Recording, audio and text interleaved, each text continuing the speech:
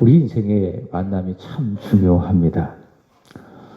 글자를 생각해 보시기 바랍니다. 자음은 자음으로서 글자가 될 수가 없습니다. 자음은 반드시 모음을 만나야 글자가 됩니다. 작은 불꽃을 생각해 보시기 바랍니다. 작은 불꽃이 바람을 만나면 큰 불꽃이 됩니다. 칼을 생각해 보십시오. 칼이 의사를 만나면 그 칼은 생명을 살리는 칼이 됩니다. 그러나 그 칼이 강도를 만나면 사람을 해치고 죽이는 흉기가 되는 것입니다. 길가에 돌이 떨어져 있습니다. 여기저기 굴러다닙니다. 근데 그 돌이 멋진 작가를 만났습니다. 그러면 그 돌은 멋진 작품이 되는 것입니다. 우리 인생에 이처럼 누구를 만나느냐가 참으로 중요하다. 그 만남을 통해서 내 인생이 멋진 작품이 될 수도 있고 아니면 쓸모없는 인생이 될 수도 있을 것이고, 사사기에 나타나는 삼손을 보시기 바랍니다. 삼손이라고 하는 이름의 뜻이 있습니다. 작은 태양, 이것이 바로 삼손이라고 하는 이름의 뜻입니다. 그는 태어나기 전부터 하나님께서 선택하신 사람입니다. 그리고 잉태되었을 때에 하나님께서 그를 나실인으로 불러주셨습니다. 평생을 걸쳐서 하나님을 위해서 살아가는 참 그런 축복의 사람입니다. 정말 이 이론처럼 세상의 태양이 되어지는 그런 인생이 될 사람이죠. 근데 그가 누구를 만났습니까? 드릴라를 만났습니다. 드릴라라고 하는 이름의 뜻은 밤이라는 뜻을 가지고 있습니다. 작은 태양이, 다시 말해 태양이 밤을 만났습니다. 그랬더니 결국에 빛을 잃어버리고 그는 영혼도 어두워지고 눈도 어두워지고, 그래서 그는 인생의 안타까운 죽음을 맞이하게 되었습니다. 여러분, 우리가 인생을 살아가면서 내가 누구냐, 이것을 아는 것이 참 중요합니다. 나는 누구냐 아는 것이 중요하다. 그래야 내가 어떻게 살아가야 할지 인생의 목적과 방향이 정해지기 때문에. 그러나 동시에 중요한 것이 하나 있습니다. 그것이 무엇이냐? 내가 누구이며 그리고 나는 누구를 만나는가. 이 만남도 참 중요합니다. 여러분, 누구를 만나셨습니까? 그리고 누구를 만나고 지금까지 여러분의 인생을 살아오셨습니까? 내 인생에 가장 중요한 만남이 하나 있다면 바로 누굽니까? 우리 주 예수 그리스도이시죠. 여러분에게 다시 묻고 도전하고 싶습니다. 여러분, 예수님을 만나셨습니까? 진정으로 만나셨습니까? 어제 전했던 말씀처럼 예수님을 그저 마주친 것은 아닙니까?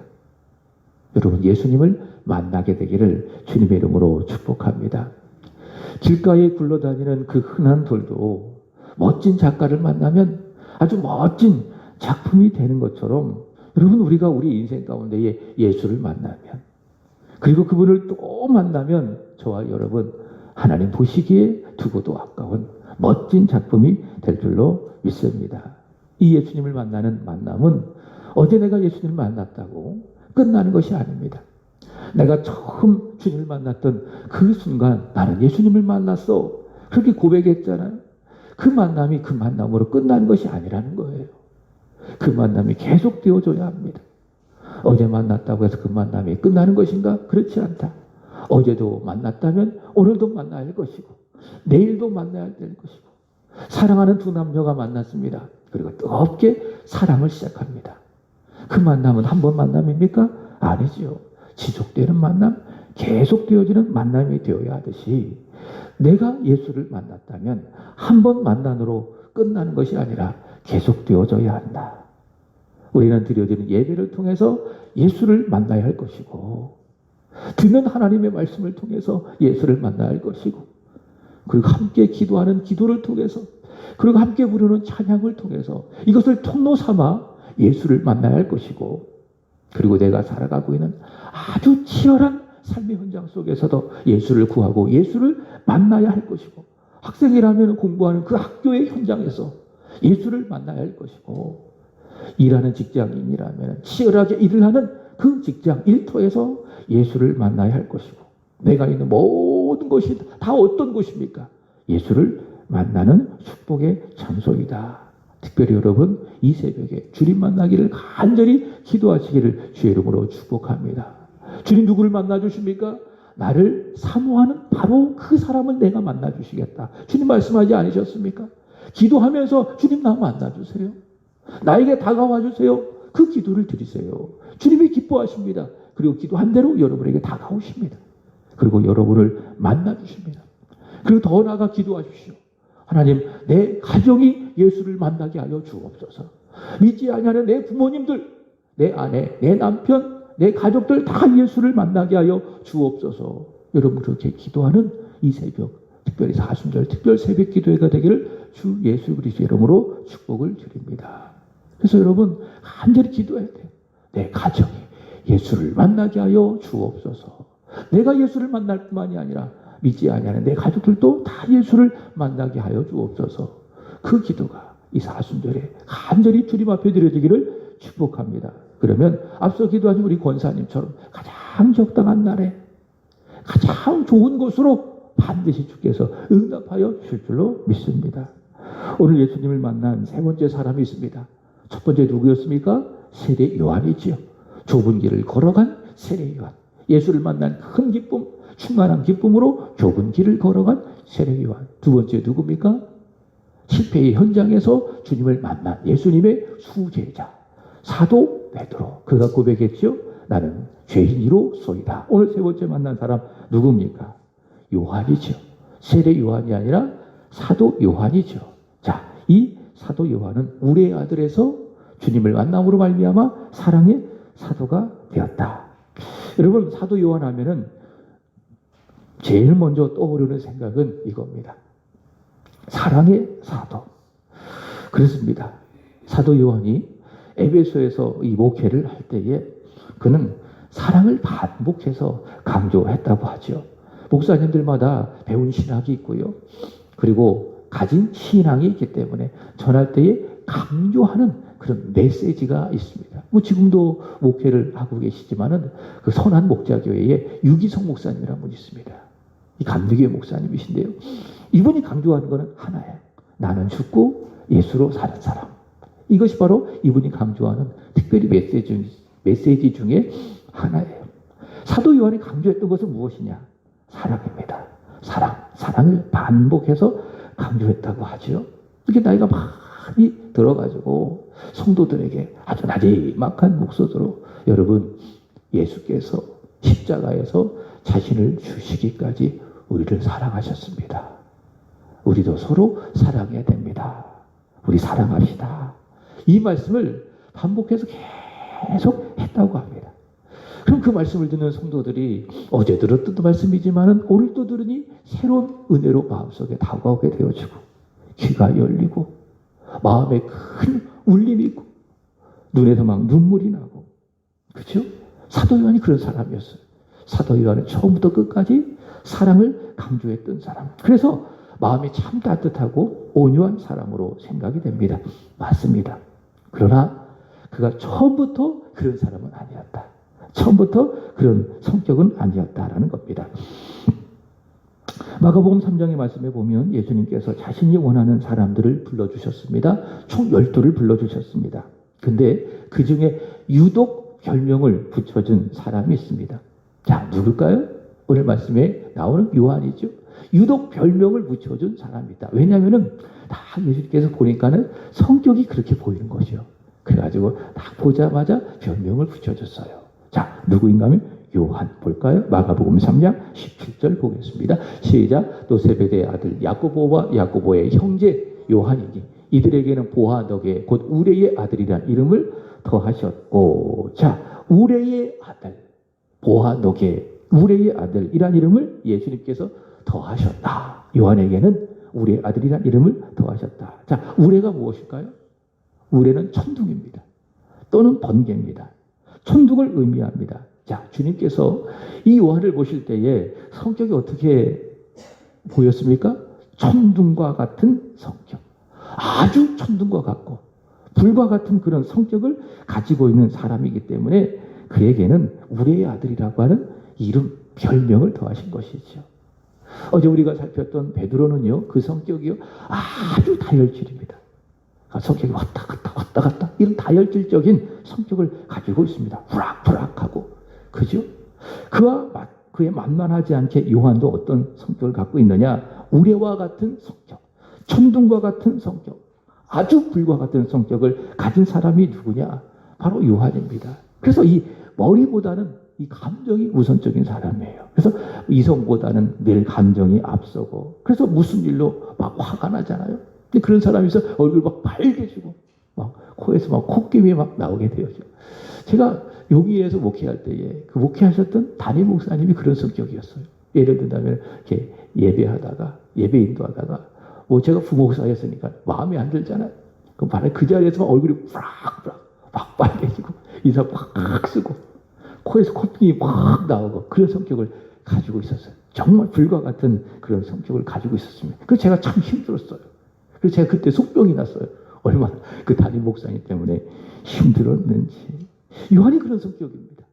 화나면 얼굴이 빨개지고 코에서 막 콧김이 막 나고 막 말도 막말하고 막 함부로 하고 성격대로 말하는 사람, 성격대로 말하고 행동하는 사람. 그 사람이 누구였습니까? 요한이었어요. 우레와 같은 사람이었어요. 실제로 그 요한의 성품이 잘 드러난 사건이 있습니다.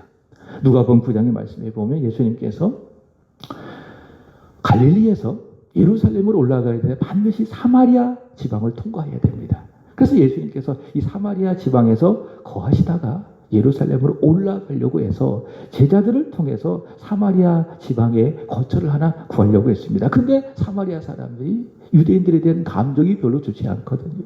유대인도 마찬가지. 그래서 거부를 합니다. 그랬더니 그때 제일 먼저 얼굴이 막 흘겨지고 코에서 막 콧김이 나고 거친 말을 했던 사람이 누굽니까? 요한입니다. 요한, 우레의 아들 요한. 한번 볼까요? 자, 교재에는 누가복음 55장이라고 나와 있는데 누가복음 54장에 이렇게 이야기합니다. 자, 시작. 제자 야고보와 요한이 이를 보고 이르되 주여 우리가 불을 명하여 하늘로부터 내려 저들을 멸하라 하기를 원하시나이까. 무슨 말이죠? 주님 원하신다면은 불을 내려가지고 저것들을 싹 한번 쓸어버리면 어떻겠습니까? 바로 그 이야기를 하고 있는 거예요. 저 못된 것들 불로 한번 싹 쓸어버렸으면 좋겠습니다. 그죠? 우리의 아들이라고 하는 그 성격대로 아주 거침없이 아주 감정적으로 그 말을 쏟아내는 것을 볼 수가 있습니다. 막 화를 낸 거예요.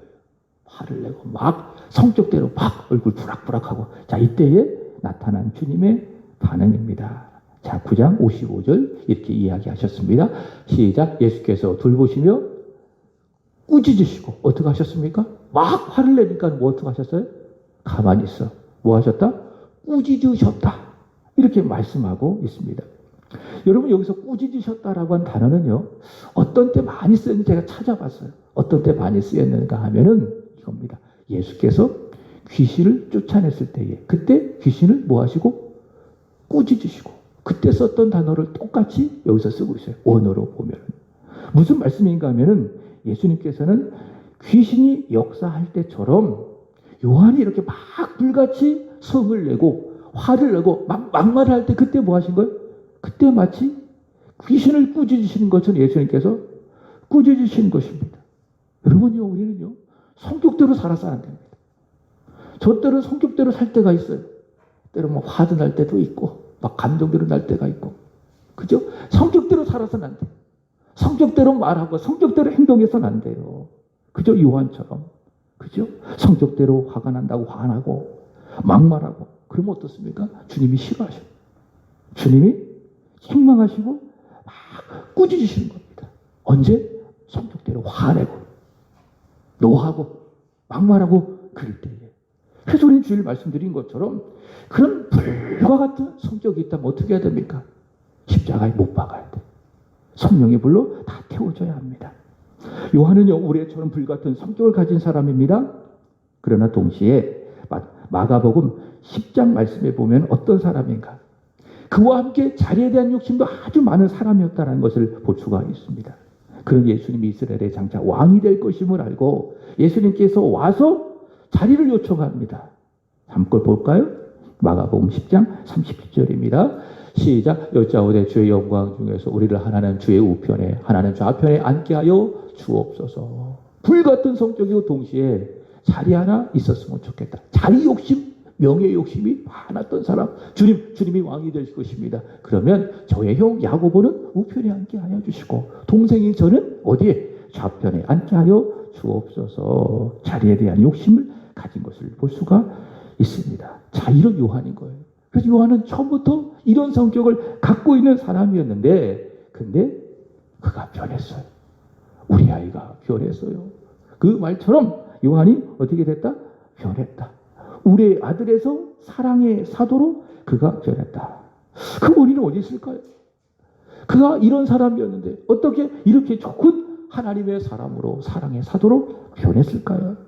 그 원인은 어디에 있을까? 한번 찾아보겠습니다. 요한복음 13장 23절입니다. 이렇게 이야기합니다. 시작. 예수의 제자 중 하나가 곧 그가 사랑하시는 자가 예수 품에 의지하여 누워 있는지라. 처음에 사도 요한이 부름을 받았을 때의 그의 별명은 무엇이었습니까? 우리의 아들이었습니다. 근데 그가 요한복음 13장에 가서는 별명이 바뀌었어요. 누구로 바뀌었습니까? 예수께서 사랑하시는 사람으로 변했다. 그죠? 이것을 통해서 알 수가 있습니다. 요한의 성격이 변한 거예요. 어떻게 변했습니까? 예수님께서 그를 품어주신 거예요. 그 불같은 성격, 우레와 같은 불같은 성격, 막말하고 감정대로 살아갔던 그를 예수께서 품어주시니 그는 우리의 아들에서 사랑하시는 사람으로 변했다. 사랑의 사람으로 변했다. 그리고 요한복음 19장의 말씀에 보면 다른 제자들은 다 주님을 버리고 다 달아났어요. 그러나 요한도 처음에는 달아났어요. 그러나 뉘우치고 다시 십자가로 와서 끝까지 십자가를 지킨 예수님의 제자가 되었는데 요한에게 친히 보여주신 그 사랑, 자신을 품어주셨던 그 예수님의 사랑, 그 사랑의 증거, 그 십자가의 놀라운 사랑이 요한을 더욱더 사랑의 사람으로, 사랑의 사도로 변화시킨 것을 볼 수가 있습니다. 여러분, 예수님의 사랑, 우리의 아들이었던 요한을 품어주신 예수님의 사랑, 십자가에서 자신의 목숨을 다 버리시고 물과 피를 다 쏟아내신 그 예수 그리스도의 그 놀라운 사랑이 요한을 우리의 아들에서 누구로? 사랑의 사람으로, 사랑의 사도로 변화시켜 주었기 때문에 그가 요한일서 1장, 요한일서를 통해서 그리고 오늘 우리가 읽었던 요한일서 4장 7절에서 이렇게 이야기합니다. 사랑은 하나님께 속한 것이니 사랑하는 자들아 우리가 서로 사랑하자.